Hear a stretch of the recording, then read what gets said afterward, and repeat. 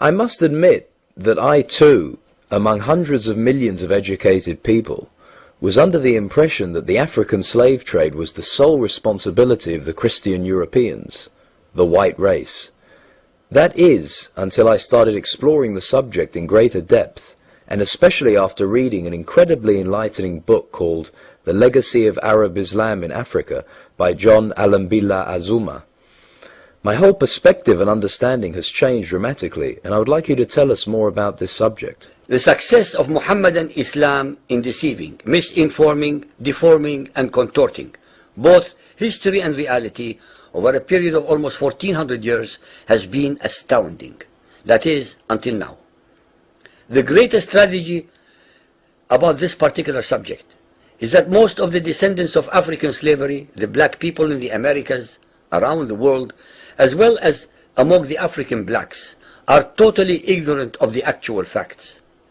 Before we lose the concentration of our listeners, I would like to make the following statement and then prove it. That the worst, most inhumane and most diabolical institution of the black African slave trade was initiated, refined, perpetrated, and implemented by the Mohammedan Arabs and later aided and abetted by the black converts to Mohammedan Islam. I predict that, as usual, the two subcultures, those of denial of facts and of political correctness, will attack us without once disproving a single statement and or conclusion that we make. Slavery was not created by the white races, because it has existed throughout human history and practiced by every tribe, culture, civilization, racial group, and religion. In fact, the very word slavery has its root in the name Slav, based upon the Slavic peoples of Europe who were subjugated by other Europeans. It is not common knowledge that the Arabic word abd is synonymous with the meaning of slave. For example, Abdullah means literally the slave of Allah, and that in the language of the Arabs, all black peoples are called abid, plural, for slaves. While much has been written concerning the transatlantic slave trade, surprisingly little attention has been paid to the Islamic slave trade across the Sahara, the Red Sea, and the Indian Ocean. While the European involvement in the African transatlantic slave trade to the Americas lasted for just over 3 centuries, the Arab involvement in the African slave trade has lasted 14 centuries, and in some parts of the Mohammedan world is still continuing to this day. The birth of Mohammedan Islam and its conquests brought about the birth of institutionalized, systematized, and religiously sanctioned slave trade on a massive and global scale.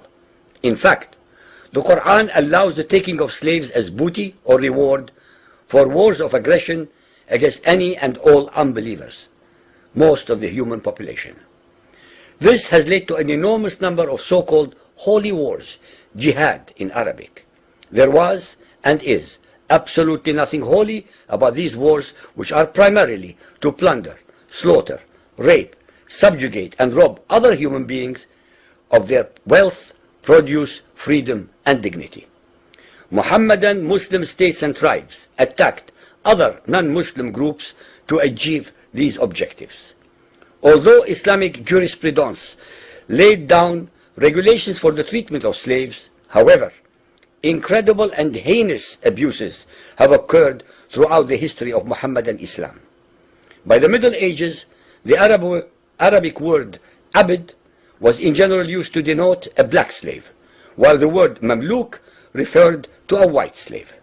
Ibn Khaldun, 1332 to 1406, the preeminent Islamic medieval historian and social thinker, wrote, "The Negro nations are, as a rule, submissive to slavery, because they have attributes that are quite similar to dumb animals." It should also be noted that black slaves were castrated based on the assumption that the blacks had an ungovernable sexual appetite. When the Fatimid Caliphate came to power in Egypt, they slaughtered all the tens of thousands of black military slaves and raised an entirely new slave army. Some of these slaves were conscripted into the army at age 10. From Persia to Egypt to Morocco, slave armies from 30,000 to up to 250,000 became commonplace. The Islamic slave trade took place across the Sahara Desert, from the coast of the Red Sea, and from East Africa across the Indian Ocean. The Trans-Sahara trade was conducted along 6 major slave routes.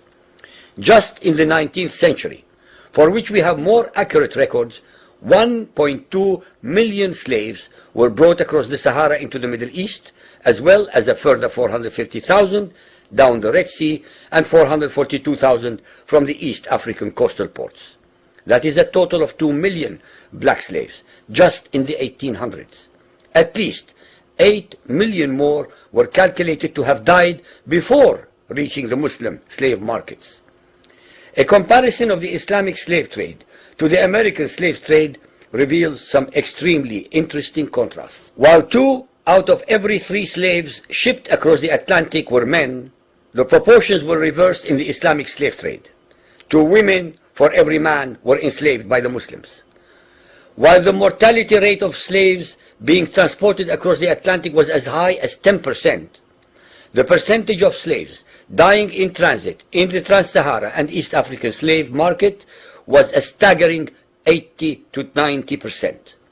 While almost all the slaves shipped across the Atlantic were for agricultural work, most of the slaves destined for the Muslim Middle East were for sexual exploitation as concubines, in harems, and for military service. While many children were born to the slaves in the Americas, the millions of their descendants are citizens in Brazil and the United States today. Very few descendants of the slaves that ended up in the Middle East survive. While most slaves who went to the Americas could marry and have families, most of the male slaves destined for the Middle East were castrated, and most of the children born to the women were killed at birth. It is estimated that possibly as many as 11 million Africans were transported across the Atlantic, 95% of which went to South and Central America, mainly to Portuguese, Spanish, and French possessions. Only 5% of the slaves ended up in what we call the United States today. However, a minimum of 28 million Africans were enslaved in the Muslim Middle East. Since at least 80% of those captured by Muslim slave traders were calculated to have died before reaching the slave markets, it is believed that the death toll from 1400 years of Arab and Muslim slave raids into Africa could have been as high as 112 millions. When added to the number of those sold in the slave markets, the total number of African victims of the Trans-Saharan and East African slave trade could be significantly higher than 140 million people. What is obscene about this whole subject is the Muhammadan, Muslim, and Arab culture of denial regarding their complicity in the African slave trade, as well as the ignorance of black Muslims about the reality of their past and present conditions. The statistics and reports above are based upon the logbooks kept at the African slave ports, ship logs, travelers' reports, eyewitness accounts, etc. Ladies and gentlemen, the facts and reality of Muhammadan Islam's complicity in the slave trade and their inhuman depravity are infinitely more devastating, more staggering, and more incomprehensible than all the nightmare